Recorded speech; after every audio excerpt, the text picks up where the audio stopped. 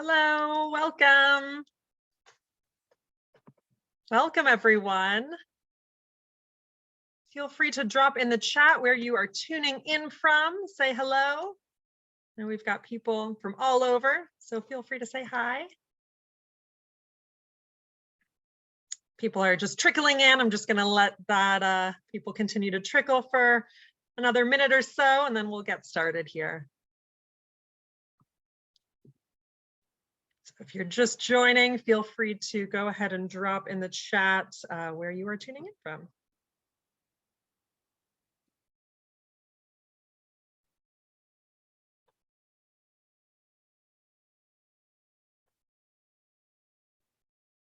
Okay, wonderful.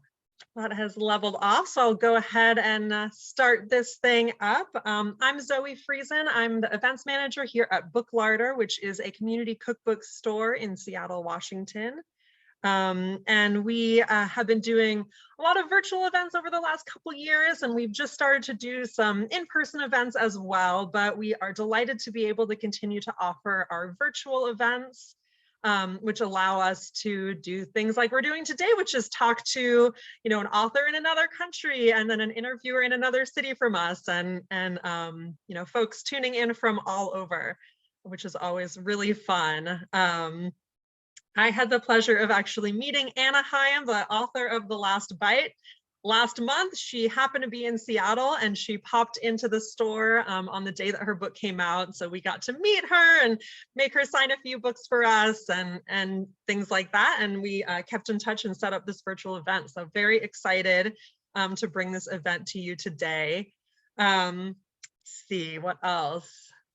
Go ahead and use the chat just to chat. And if you do have questions, we'll be doing a Q&A at the end. So there is a little Q&A box down at the bottom of your screen. Feel free to pop any questions into there that you might have, and they will go ahead and address those at the end. We will make sure to leave time for Q&A. And then, of course, we're happy to offer this free event. We love doing these. You can support the talk if you'd like by purchasing a copy of The Last Bite from our shop. Oh, the green screen doesn't like me to showing the book, but there it is. I will drop a link to that in the chat, so you can go ahead and find that. And Anna did send us some book plates, so we do have signed copies available, book plate signed copies available to ship. So let's see. All right. Without further ado, I am really excited to welcome Anna Higham and in conversation with Nicole Rucker. So go ahead and take it away, you two. Hello. Hi, Anna. Anna, where are you? You're in. I'm in my living room. Yeah. It's not this dark. I'm right in front of the windows, which I've made the mistake of every Zoom call I've ever had being like bright windows. So it's not really light, but it's like 8 p.m. here. Oh my gosh, it's still so light. You look lovely. Oh, thanks. I've been out in the fields fruit picking all day. Oh, okay. Wait, before we start talking about that, because I'm going to go pick fruit this weekend, so we have a similar week. Okay, so we're talking about your book, your beautiful book, The Last Bite, which is it's absolutely gorgeous and beautifully written and has a lot of really interesting, unique uses for the entire fruit, from the leaves to the actual fruit, which I love. Can you, before we get into questions and talk about fruit picking, would you tell me kind of like when you were dreaming up writing a book, what was your process for getting to this book? I guess I've always been really jealous of like American pastry, like dessert cookbooks. Wow.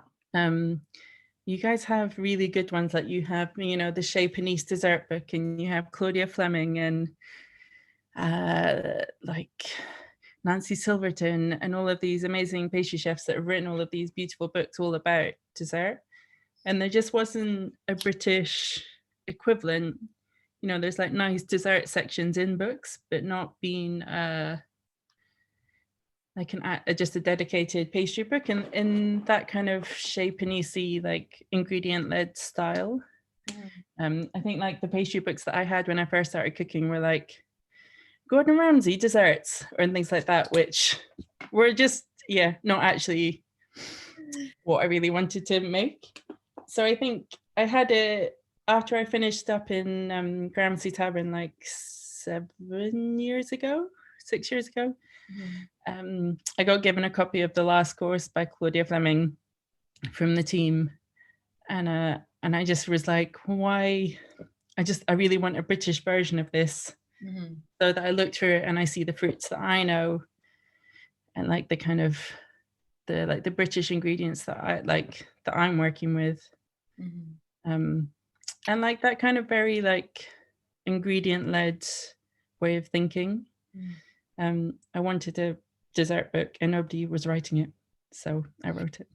I love that. You got to, put it, fill the hole that you want to see. For those who are new to your career, there's a lovely section in the beginning of the book that just tells us who you are, but we have you in person. So I see some similarities between our paths, one of which being that you started in art school and end up as a pastry chef. Oh, did you start in art school as well? Yes, ma'am. I did. I started in art school and I did graduate from art school, but I ended up being not interested in taking part once I left.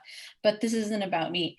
This is about you. So why don't you tell us, tell everybody kind of like the path of your career, because I think that that's an interesting start. You started in art and you come from a family where like nobody was really like the resident baker. So once again, you decided to be the queen of that section. So tell us about that start. So family stuff, and then get into your career just a little bit. So I'm the youngest of 4 kids. We're all really close. There's only 6 years between me and my oldest brother. Like my mum really like pumped us out, but I think because of that, they were not competitive, but there's definitely always like a bit of a jostling for figuring out like our identities.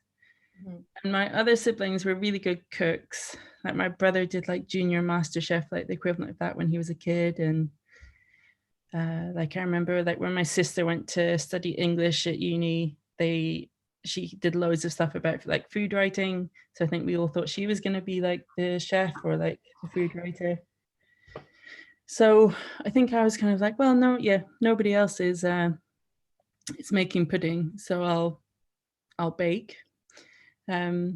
So I did a lot of that, and when I left school, I went to art school to study architecture. Not so much, I think, because I loved architecture, but I was good at art and I was good at maths. So that was like the very logical like degree to go for. Like I really enjoyed design. So I went and did that, and when I was at art school, I spent a lot of time baking. Like as part of various student groups, and I was always the one that turned up with like loads of home baking, and like handed everything out for free. And I think my part-time jobs when I was at art school as well were all food related. I worked in a cheesemonger's, which was so much fun because you just get to stand around eating cheese all day. And then I worked in this really lovely deli that had a bakery, and it was when I was there that I'd taken a bit of time off of art school and was like, oh, well, can I get to learn how to do the bread one day, when so-and-so's on holiday, or can I learn how to do the cakes? And eventually they kind of, after me pestering them for a while, they trained me up, and I just loved it and like found it, like I understood it. Like there was an intuitive like understanding and comfort that I'd never felt like drawing a building or anything like that before.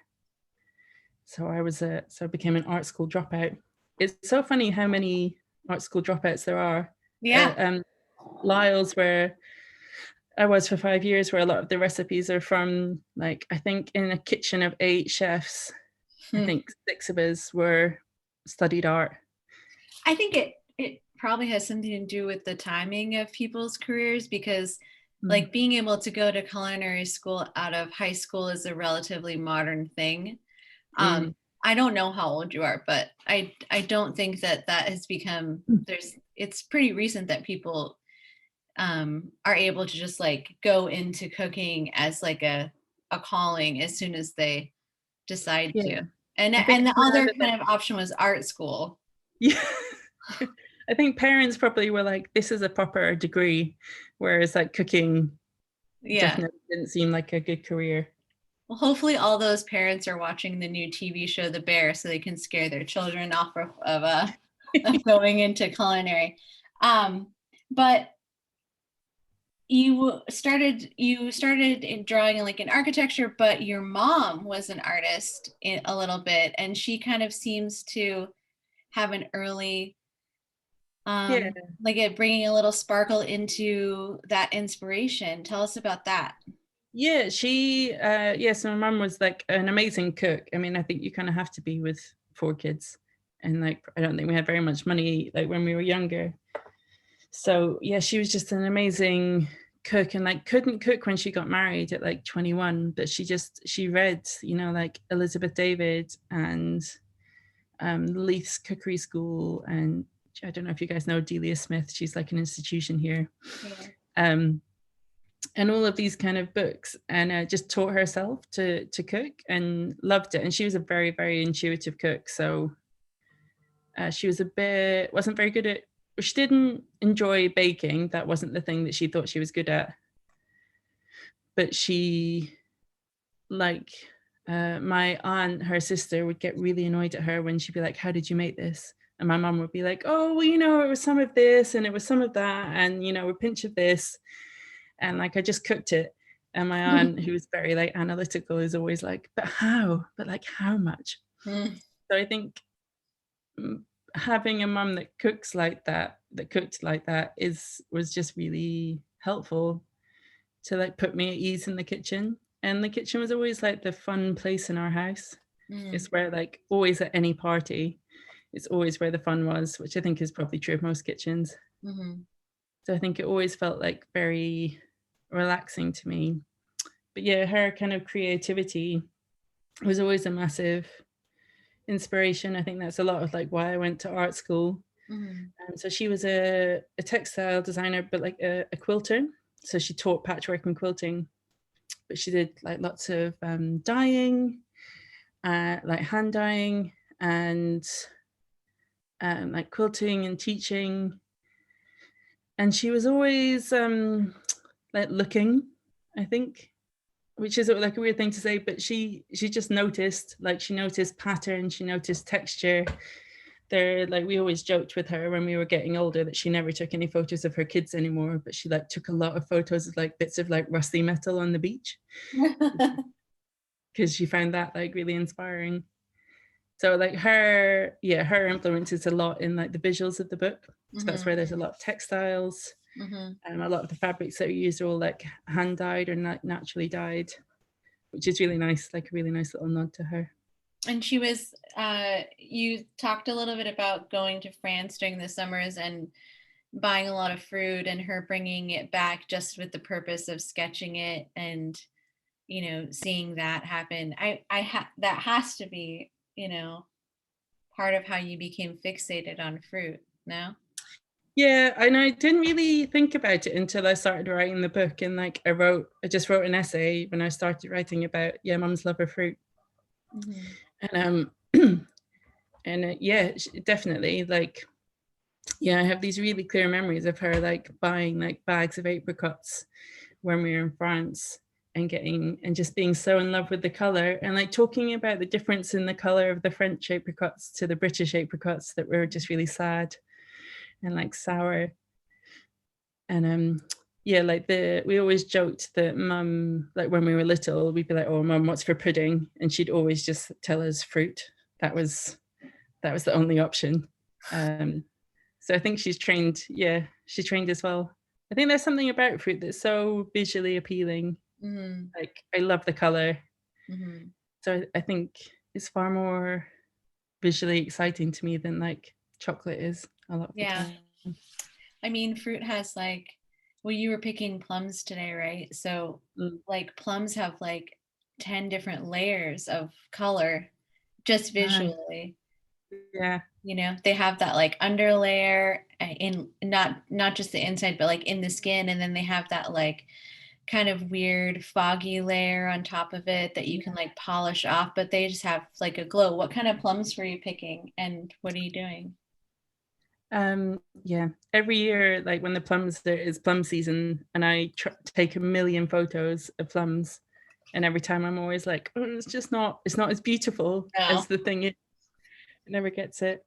I was picking Lancelot plums today, which are like very particular to the fruit farm that I go to. They were like developed or like bred by the farmers' parents when they had the farm.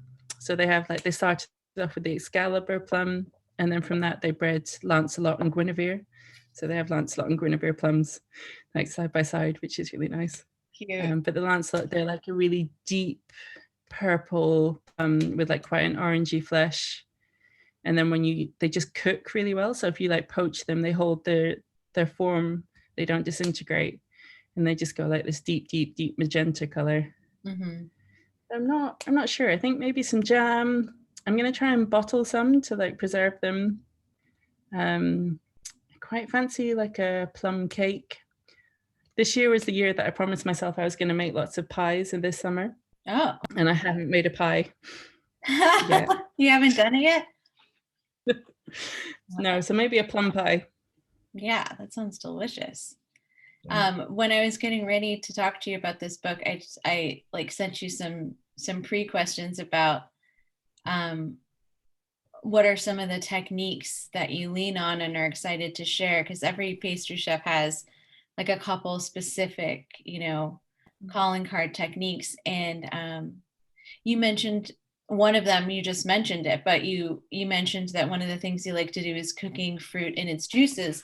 And a lot of the recipes kind of talk about that technique. So there's a very common thread throughout the book of just like using the macerating juices as the base for desserts or the base for the cooking.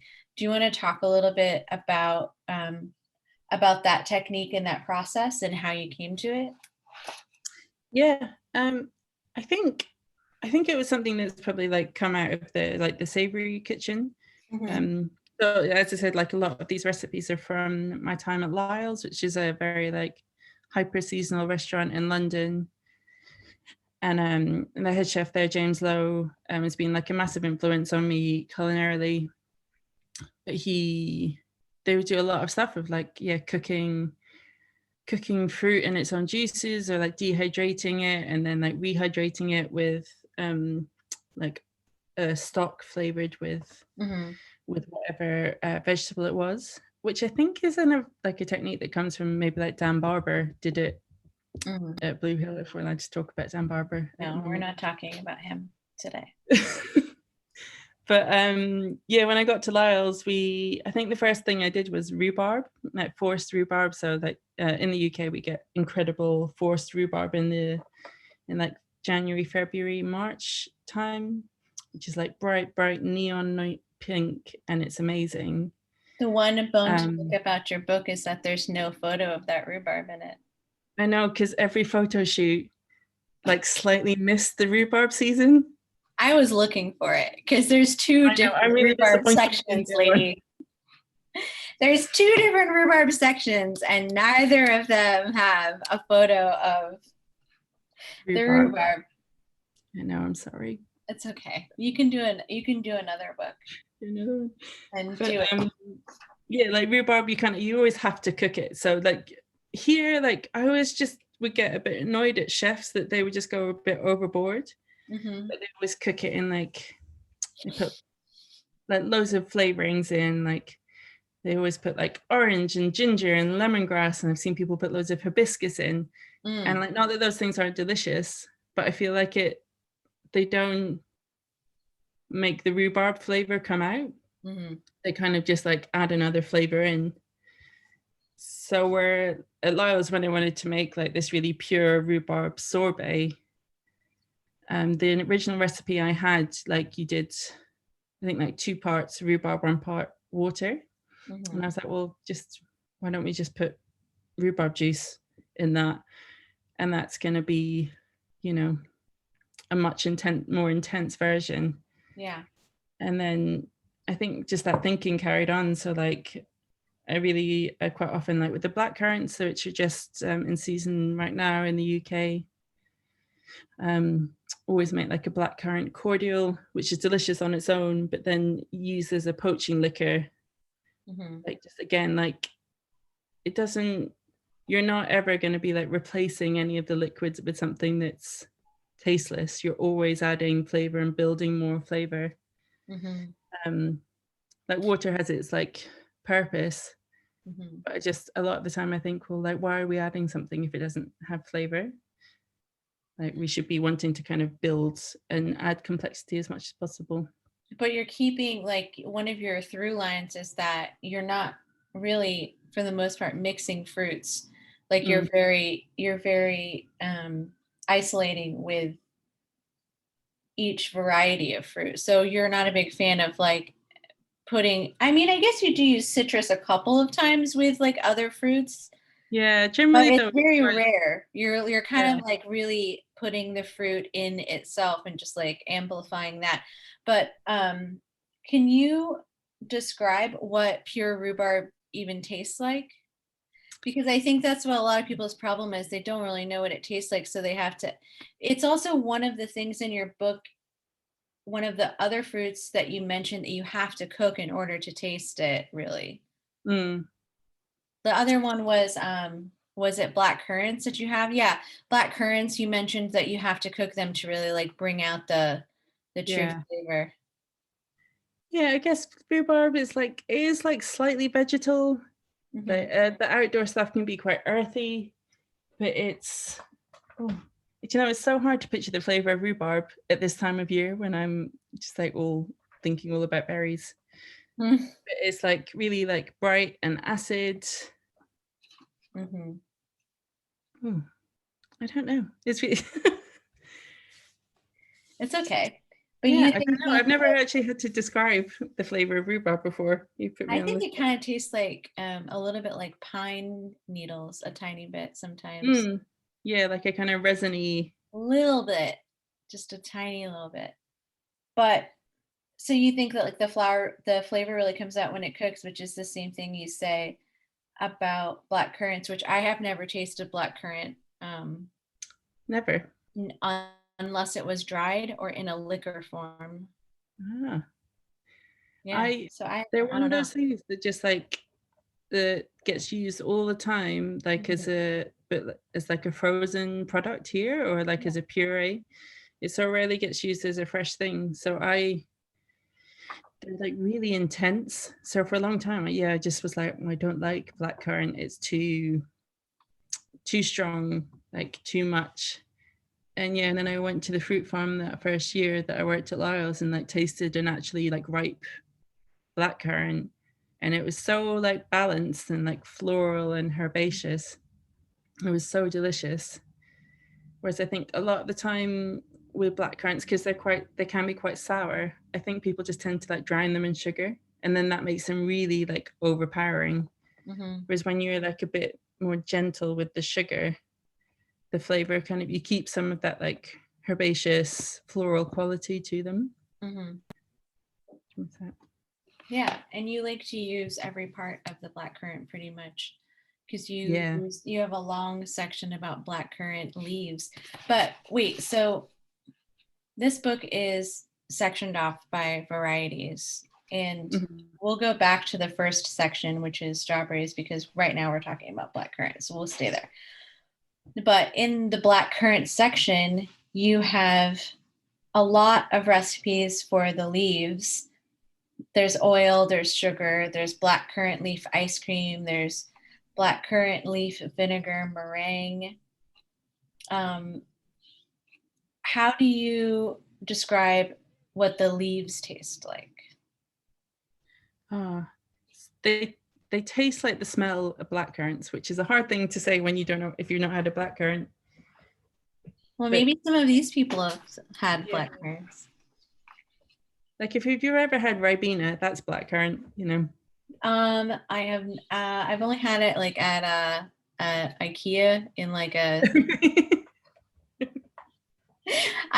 like you say you envy American desserts for some reasons, and like you talk in the book about how many citrus varieties we have, but we don't have shit for currants. We don't have any currants, barely at all. Like if we get red and white, they taste like nothing. Yeah. Yeah. So, and we also don't get a lot of these fun berries, except for up where Book Larder is. They get a lot of the fun brambleberries, like the tay berries and that kind of stuff. But it's pretty hard to get your hands on stuff like that across America. Yes, it's always like grass is always greener. Yes, definitely. But so one of the recipes you talk about making blackcurrant leaf vinegar. What would you use? Because there's a couple cool recipes like that where you're making like a vinegar or an oil or something like that. But this vinegar, you're using it in a meringue. But what else could you use the vinegar for? I use it in like if I ever make like blackcurrant jam, I always like put quite a lot in, like one like as a flavoring, but also as like an acid to help the set. And like season anything blackcurranty with. It's also like really nice with like shellfish. Like that's what the savory kitchen would use it a lot. At Lyle's, they would use it for that. Or like oilier fish like mackerel and things like that. Yeah, I really, really like vinegars in dessert because I think it stops everything being cloying. So even if you don't taste the acid of it, it just like kind of takes everything down a notch. Yeah. And which is why I really like it in meringues, because it just takes that like kind of toothache out of the meringue and allows you to add flavor. So yeah, I do that with like cherry blossom vinegar or like damson stone vinegar. Yeah, or, that one looked really interesting and a little bit dangerous, but there was my proofreader was American, and they're so concerned with that. It's like, girl, don't take a mason jar of it. You'll be fine. Yeah. I got the pages back from her on like Google Docs, and like that entire recipe, which is damson stone vinegar fudge, where I'm like break open the damson stones and then leave them in vinegar, and then you get this amazing vinegar and you can add it to fudge. And she just like redlined through this entire recipe, and we're just like, no, cyanide, danger. So I really fought to put that one back in. But yeah, there are a lot of health warnings around it. Yeah, why? It's because it's a stone fruit, and why else? Yeah, just so any stone fruit has like cyanic acid, I think, in it, which has our body's ability to turn into cyanide, which if you consumed enough would cause you a lot of issues. Right. But there's kind of no definitive way of measuring it. Like it can vary a lot fruit to fruit. But in general, it is a very, very small amount. You would have to eat a huge amount of like plum kernels or cherry stones or peach kernels. Yeah. To make yourself ill. But some people also think it cures cancer, so. Oh, really? Yes. No.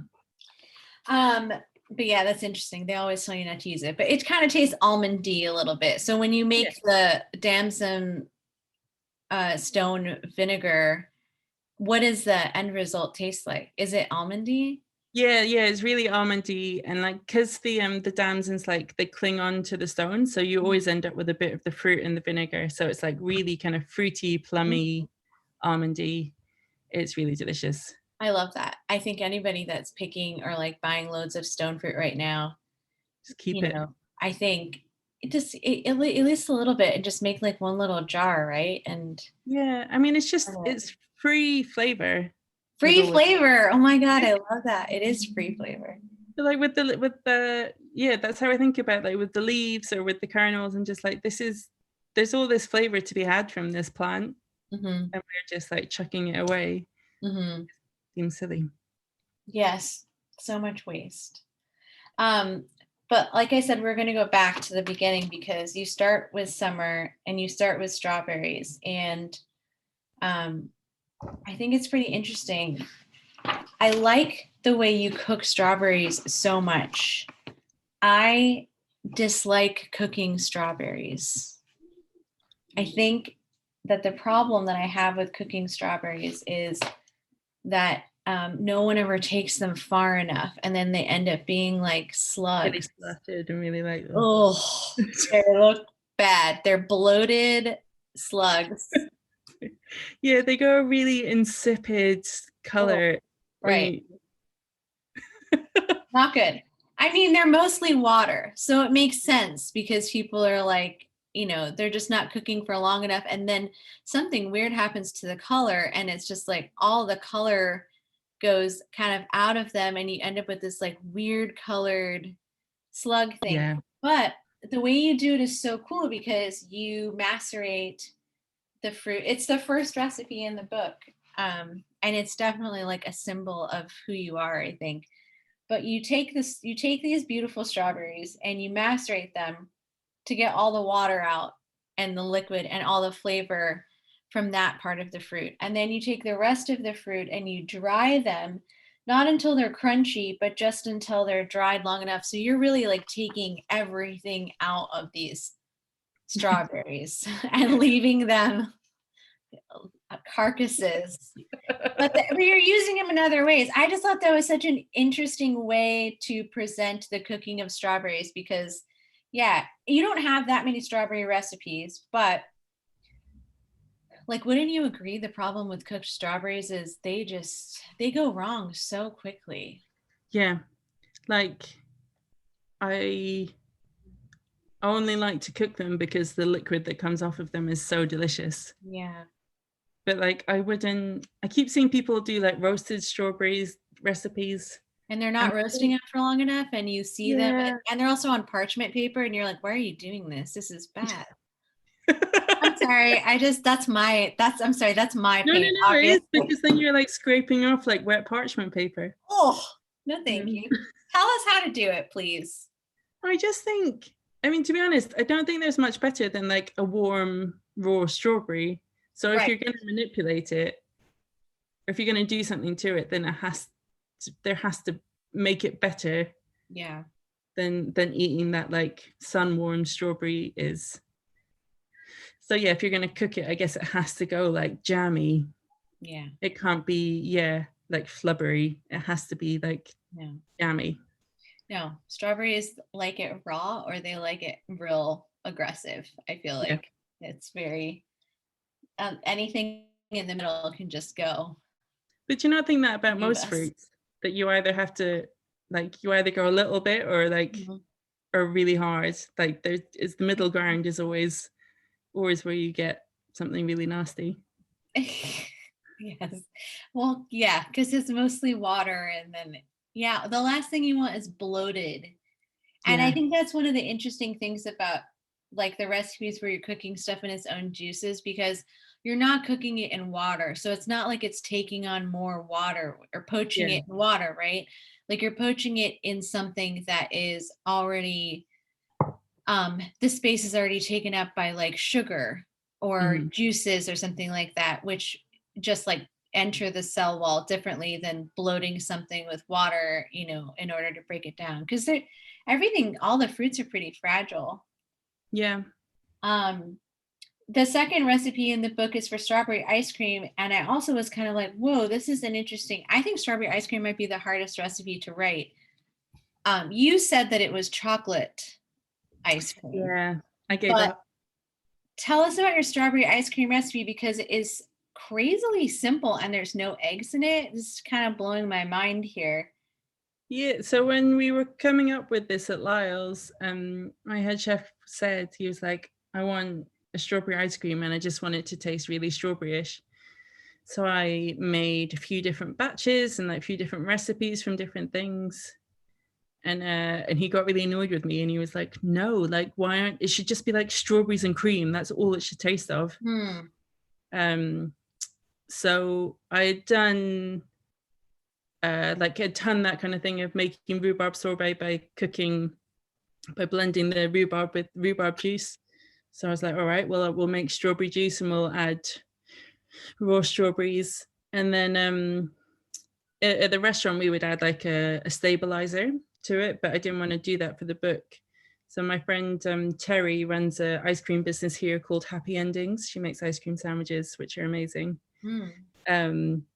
And she taught me the trick about condensed milk, that using condensed milk in an ice cream is really great because it's really high sugar, but it's really high milk protein. Yeah. So it's always going to help your ice cream texture.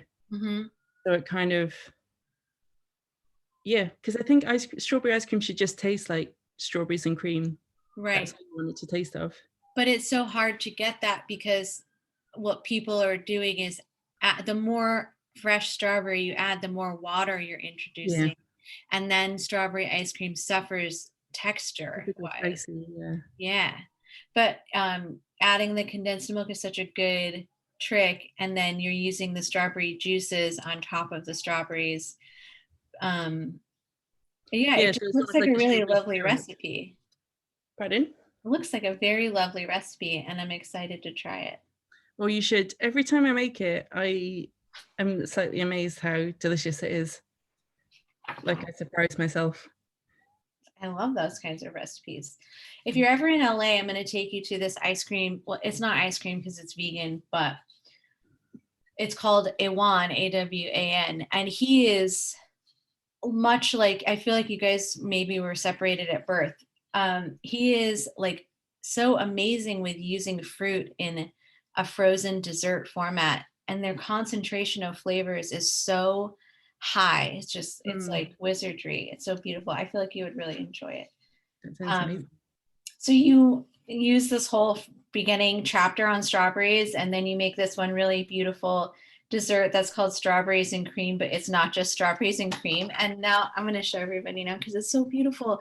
Okay, what is all in here in your simple strawberries and cream? Yeah, there's strawberry ice cream, and then strawberry granita that's made with the strawberry juice, like the macerated juice, and then the dried strawberries, and then fresh strawberries, and a big spoonful of really rich double cream hidden in the middle. So this is a recipe for when you have a shitload of strawberries that you need to move. This is not just like that one precious pint that you got. Where from here it would be the Harry's Berries pint, which is like, oh my goodness, this would be costs amazing. $20, and they only have one left. So you're not making this with that. You're making this with like a lot when the strawberries go on sale, right? Yeah, for sure. The only recipe I think my dad has made from this book, he made strawberry juice, and he was like, I think he had like one punnet of strawberries and was like, I didn't get very much. I was like, well, poor guy. I didn't know what you were expecting. You're like, Dad, that was not the one. Savor every moment of it. You were saying that your favorite recipe for the book, since we're still in summer, is summer pudding, which is something I would like to hard sell America, but they're on the fence. Okay. It is. It's so beautiful. What is summer pudding and why? I'm gonna. Yeah, pull it up. Oh, but like that photo, I love it. I love it too because it's so saturated. But people look at that and they're like, what? It's bread. I actually tried to sell a friend of mine on summer pudding, and she was like, what? It's just like bread and then it has juice. Like, I don't want that. Tell us about it, please. I love it. I would say that like that's not just an American thing. Like, if you tell British people that haven't had summer pudding about it, then they are always like, ugh. But I always think that any dish that uses old bread always sounds a bit disgusting, and then you eat it and you're like, this is glorious. Like gazpacho or like panzanella or any of those, they kind of don't sound like they're going to be really good, but they are. So summer pudding, think of that. Think of gazpacho or like panzanella. I love both of those things, so I would never turn my nose up at that ever. Oh, it is. The way that I do it is I kind of gather all summer, like gather all of these like really juicy, overripe bits of fruit, and then I put them all in the freezer, and then probably maybe like next week I'll like take everything out, and I kind of make this big syrupy, juicy mix of fruit. This is the time where I mix all of the fruit, and you line a pudding basin with bread, It has to be like quite a tight crumb, like white bread is the best. And then you fill it with like all of this really juicy fruit, so that the bread soaks up all of that amazing juice. And then you fill it, packet full of fruit, and then you put a lid on, another bit of bread on, and then you put it in the fridge overnight and you press it. And overnight, it kind of, all of the pectin in the fruit kind of sets, and like all of the juices go into this bread. So then when you turn it out and you get that, like that picture that I showed you, Yeah. you get this pudding, which like the bread's no longer bready. It's like almost like, it's like really soaked cake, and it's just full of all of the like sweet kind of acidy juices. And you get to eat this like really bright, fruity, acidic pudding with loads of like ice cream or cream. And it is just the best thing. It sounds so good. I mean, I know that it's delicious, but it also just sounds really great. And then people get hung up on bread and it's very annoying. But it just looks so cool. Like it looks like it's from another planet. I love the saturated color of it. It's so wonderful. It was one of those photos. I was really worried about that shot. I thought it was like that we weren't going to have a nice shot of summer pudding, because I thought it's just going to look, you know, like it's all kind of spilling out. And then we did that, and that was like the first shot we took, and it looked incredible. I think it's one of my favorites. And you could make them like little also if you were having like a party, right? Yeah, we used to do like little Dario molds, like the ones that are like that size, like you make a little one, and we would serve like half of that as a portion for one person, with a huge like equal parts like summer pudding, vanilla ice cream. I love it. We've spent so much time talking about fruit. I'm obviously very into this. If anyone is starting to formulate questions, can you put them in the Q&A section? And then I will go to them in like 4 minutes. So the entire book is so gorgeous, and it just like follows along this theme of like using these fruits, like using the juices, drying them, like maximizing flavor, just like concentrating everything, but keeping them mostly separated. I think that's like the general ethos of your desserts. What would you rather talk about? Would you rather talk about figs or pears? Because I feel passionately about both, but I want to give you the option. We can talk about pears. I think pears are interesting to talk about. Right? Because they are hated. Yeah. I wrote about this as well in my book, that pears are so divisive because people think they're texturally grainy and weird, but they can transform into such a really wonderful texture. Like no other fruit can get this way, right? I love that when you made the chewy pears. One of the recipes in the book is for chewy pears. Can you describe it and why it's so powerful? Yeah, so I like grew up really hating pears and thinking that they were disgusting. There's a Scottish phrase called "give me the boke," which is like when you talk about something that makes you feel a bit sick, where you're like, oh. Ew. So I was talking about it as "give me the boke," but I did not like pears. And then I went and did my trial at Lyle's, my trial shift, and James talked to me for a solid 20 minutes about how important British pears are in a British restaurant. Oh my God, I love it. It's vital that we serve them, and it's really part of like our fruit history. And I was just like, I can tell him. But so every year, like we spent a lot of time having pears on the menu. And we got these pears from the fruit farm I go to that just like weren't as, like were a bit grainy and like were kind of collapsing when we cooked them. So we made them chewy. So like cut them into wedges, took out the core, dehydrated them until they were kind of like not tacky, coated them in a mix of sugar and malic acid, which is like malic acid is like what makes tangfastic. It's like the acid from apples. And then like kept kind of dehydrating them and tossing them in this sugar and acid mix. and they just kind of went into these like crinkled up, like sour sweets. They were just incredible, and they're like really sweet and chewy, and yeah, amazing. And it was this kind of purpose for these pears that otherwise would have just, I don't know, would have been like really mediocre. It made them something really special. They sound so good just by themselves. Yeah. The chewy pears. I love dried pears in general because I actually really like that texture. The little granules in them that have such a weird, I think it's called scleroids or something like that. They have such a weird name, but it makes like the best texture in my opinion. So delicious. And then you use the chewy pears just to garnish stuff, but I feel like you could, use them in like granola. Oh yeah. 100%. We would just like serve them as a petit four quite often. I'd just be like, this is something that's really special. It's like a last little like fruity bite. But yeah, granola, I put them in. I would sometimes put them in my porridge. You can put them like in an apple like pie or crumble. They're really nice. Oh, interesting. Like intermixed with the other fruit. That's a good idea. Yeah, they don't kind of lose. They don't rehydrate. They they stay. Bite. Yeah. Why is pear the only recipe that's combined fruit with chocolate?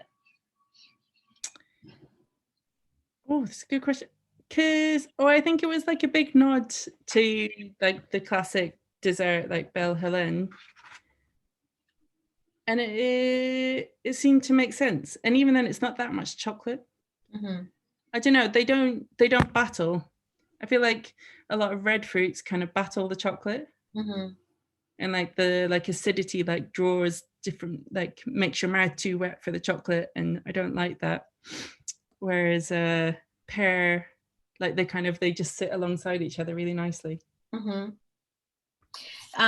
those interested, she does have a section on chocolate in the back of the book with no other fruits, because you already mentioned it, but you don't really like mixing chocolate with fruit. I don't really like it either, but I have one recipe and it's pear with chocolate. Really?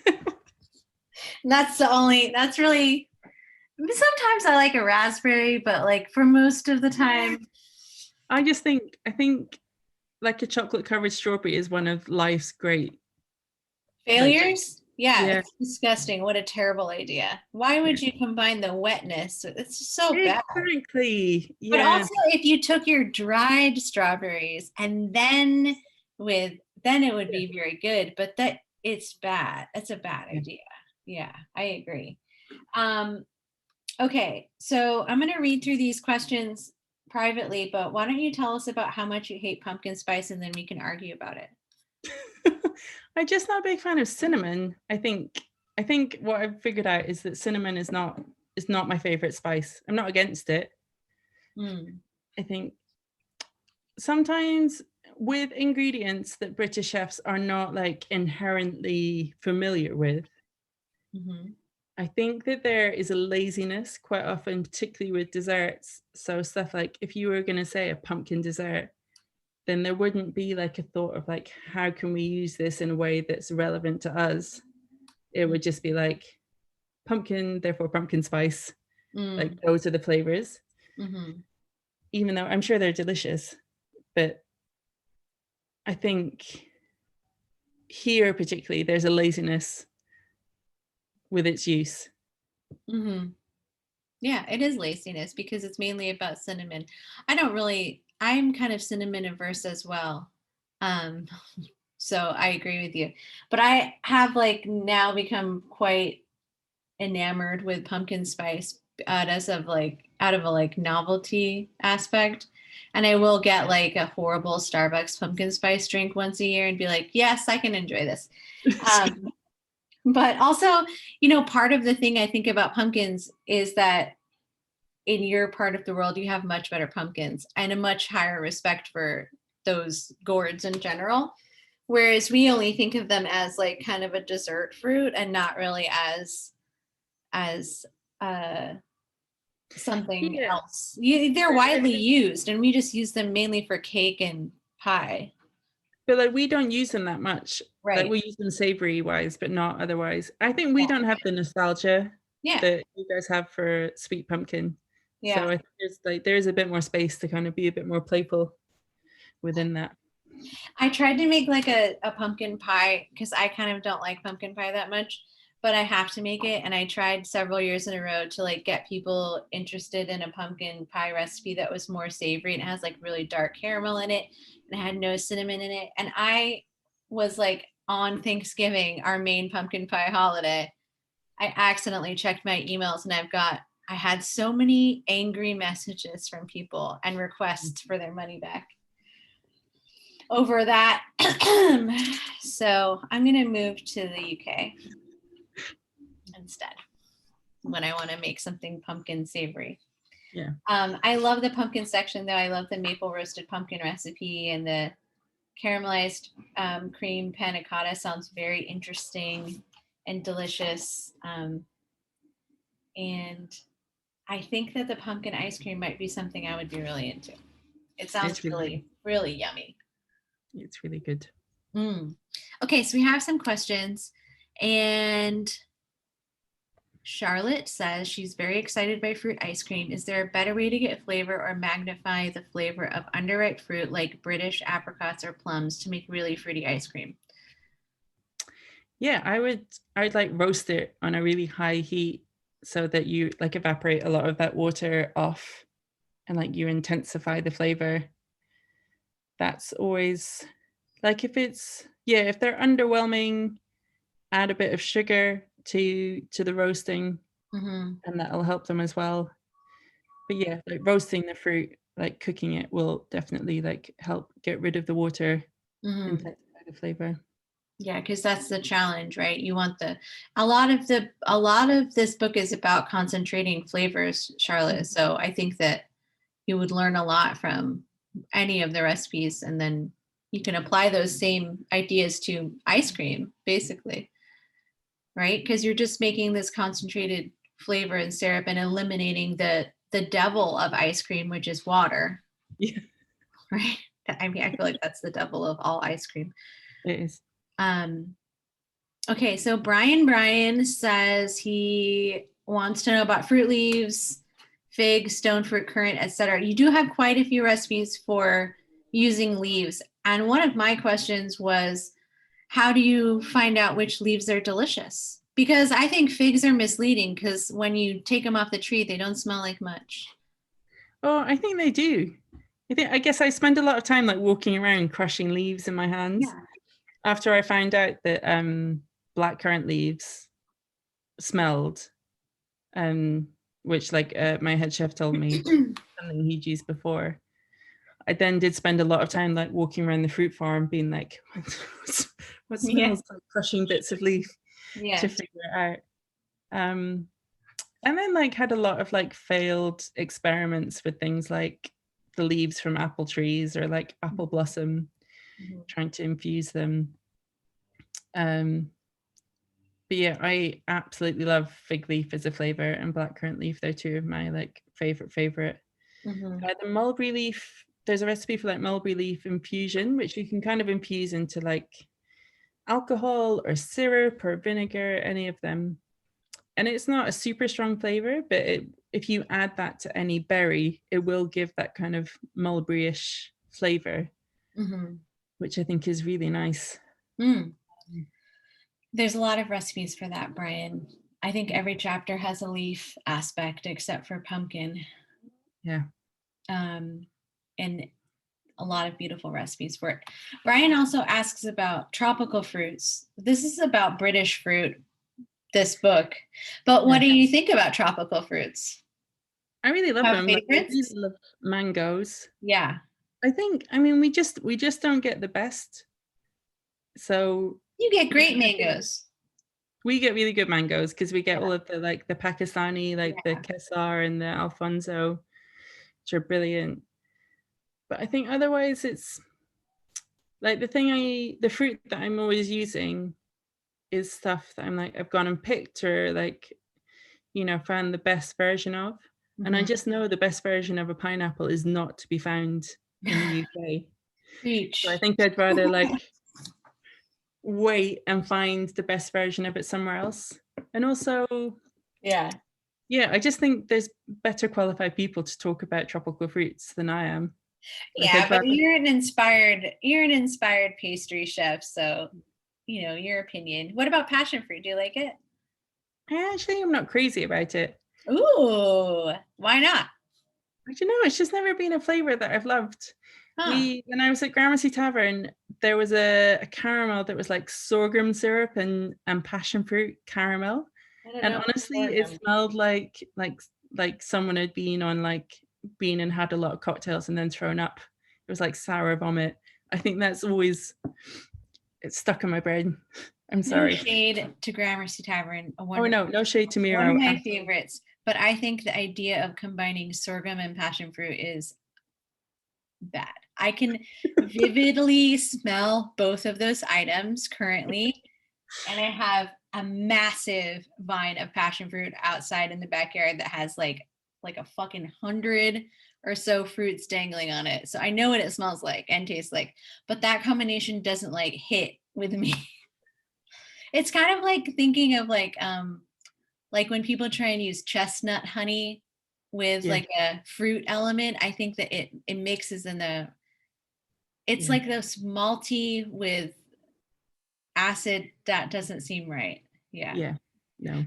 Huh, interesting. Well, when you come to LA, I'll give you some passion fruit and I'll force you to be into it. Anonymous attendee. What? I'm always happy to learn. Yes, we're gonna make you love it. An anonymous attendee wants to know the difference between a fool, a posset, and a syllabub. So a fool is like, in essence, like whipped cream that has a fruit puree, an acidic fruit puree folded through it that's kind of sets the cream. So like the acid kind of, in all of them, the acid is kind of thickening the cream, but in this way it's very light. It's kind of almost like a fruity mousse. Mm-hmm. A posset is very dense. So you boil cream and sugar, and then you add acidic fruit juice to that boiling cream, and it immediately thickens. And then you pour it into like a pot and you set it. So it's very, very thick and like dense, like no air, but like really creamy. And then a syllabub, Nigella Lawson has the best describer for this, where she says it should be like eating clouds. So you whip cream and you add like sugar, and then you add a lot of any form of alcohol. So like wine or brandy. I think she has a Calvados one. So it's like eating this like slightly alcoholic cream cloud. They're all delicious things. Yeah, that sounds really good. I love posset. Do you only have one posset in the book? Because I only found the quince one, which is a very unique. I mean, because normally you don't think of quince and posset because quince is not high acid, but you have a quince posset recipe, but there's also this very beautiful picture of quince in the book that everyone needs to That's like one of my favorite. Yeah, that is gorgeous. What a stunner. How many hours did it cook in order to become that color? Can you tell us about that? Because people never cook it long enough, right? I always cook it overnight. So I like bring it up. I do it in the oven. Yeah. So I will like bring the syrup up to a boil, add the quinces in, put a lid on, and then I put it in a really low oven overnight. So like 9-10 hours. And then if you cook it at a low enough temperature, it's not going to break down, but it's always going to get that incredible color. I love. But yeah, the only posset in there is quince posset, which kind of is a bit of a different technique, because you poach the quinces in cream again overnight, like same kind of theory as cooking them. And then you strain off the cream, and the acid and the pectin from the quinces all come out, and it will set and thicken the cream. It is phenomenally delicious. You add a little bit of lemon juice, right? Yeah. It looks so good. I want to make that for sure. I love, I'm going to answer these last two questions. I mean, ask you these last two questions, but I just wanted to comment that I love the baked cream recipe. Oh yeah. That's so unique. You know, like America needs to get on board with desserts like this, but that sounds so good. Can you tell us about baked cream? Yeah, that came about. We did a lot of like guest chef dinners at Lyle's, and one of the chefs like talked about this recipe that he said comes from northern Italy, where it is they'll have used a lot of egg yolk in the pasta, so they have a lot of egg white there. So, and they also, you know, produce a lot of amazing dairy because they're a big, you know, cow kind of cheese production area. So they have really great cream. So this recipe kind of comes from there. And you mix really good double cream with sugar and egg white, and then you bake it in a bain-marie really gently. And the protein just sets the cream, but it doesn't add any further richness or interrupt the flavor. Like an egg yolk might, if you use that, it would add another layer of richness and a bit of flavor, whereas this keeps it just like really pure cream flavor. And you can infuse that cream, you can flavor it with like vanilla or your plum kernels or your fig leaves or your blackcurrant leaves, kind of, or like citrus zest, anything you want. And it's just such a great base recipe.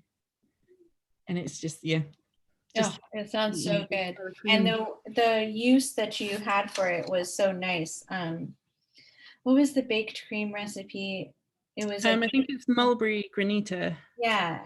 Oh, it looks so good. Yeah, so that one I've like sweetened with honey to serve with mulberry granita. Really nice. Mulberry is one of the fruits that I don't love, but I zoned in on baked cream and I was like, I'll eat it. That's fine. I don't know why I don't know why mulberries have never been a big hit for me. Unless you can get the tiny ones that are kind of tart. I'm an acid addict. I think it's very California to be very addicted to the acid, but such is my life. So anonymous attendee would like to know, do you live on or near farms to get all these delicious fruits and leaves? Great question. No, and not either. So the farm that I go to most is about 2 hours drive away, or like an hour and a half drive away. So yeah, like a good 3 hour, 4 hour round trip. But I just really love it. So I go. But I think cities are just full of edible things. So I live really close to Hyde Park, which is like the biggest park in London, right in the middle.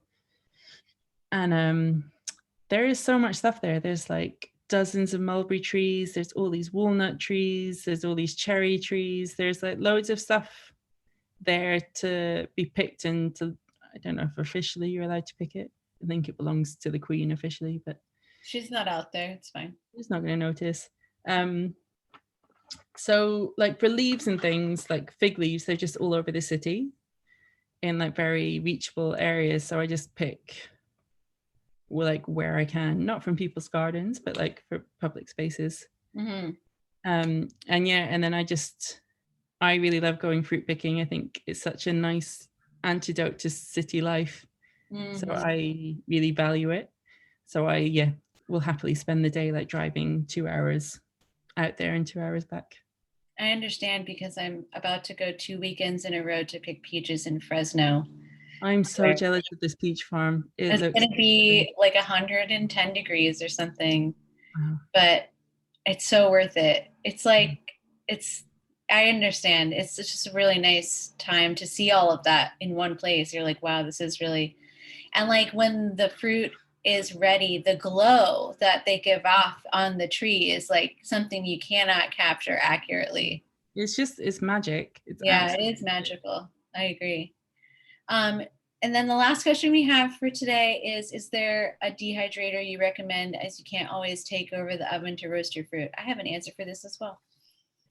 I have an Excalibur one, Fancy. Which I think is like the general brand that chefs have, which was like, I think maybe like £90. And I use it all the time, and it's quite little. If you're in the United States, where I think they're easier to get, I really like the Breville Smart Oven that has a dehydrator setting, and you can use it to bake, but you can also just use it to dehydrate. Like it's a tinier oven, so it's a smaller tray of fruit, but you can use it to dehydrate, and it's a good investment for your kitchen. I've baked pies in it and I love it. So Charlotte, if you're over here, then maybe look into getting a Breville. You can also get them refurbished and makes them more affordable. Cool. Hey, I could talk to you about fruit literally for 24 hours because I love it. Your book is absolutely gorgeous. I can't wait to come and visit you and eat all of your things that you make. Thank you so much for asking me to talk to you about this. Oh, thank you so much. I've fangirled over you, Nicole, so much from over here. See, right here. Nice. Oh, cute. I love it. I have to, as we're wrapping up, I just wanted to point out my one of my favorite photos from the book.